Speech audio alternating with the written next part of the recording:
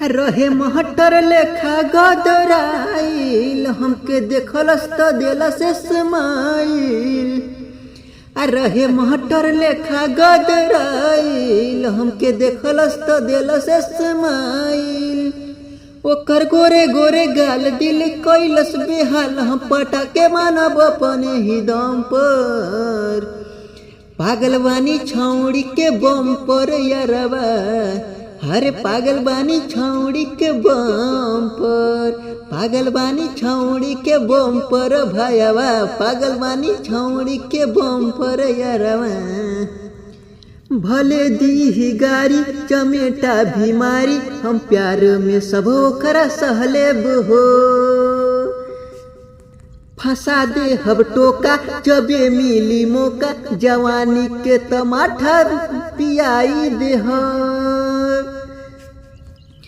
भले दी गारी चमेटा भी मारी, हम प्यार में सब ओकरा सहलेब हो। फंसा दे हब टोका जबे मिली मौका, जवानी के माठा महादेव हो। जानतानी के बहुते उरोई, पहिला बेरी जहिया होई।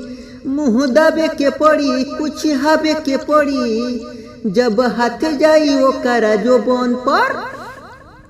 पागलवानी छौड़ी के बम पर यारवा, हरे पागलवानी छौड़ी के बम पर।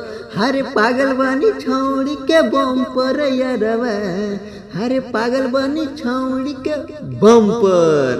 विशाल का बताई वो दिल में तबाही, प्रियांशु के दिमाग में चढ़ल बिया। गजब सुघराई दुधिया गोराई, टिंकू के दिन नजर में गोड़ल बिया।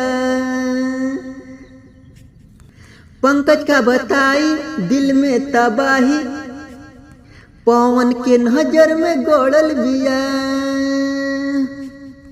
गजब सुघराई दुधिया गोराई, विशाल के नजर में गोड़ल बिया। धस गइल बिया दिल के अंदर, सच कहेले टिंकू नरेंद्र। धस गइल बिया दिल के अंदर, सच कहेले टिंकू नरेंद्र।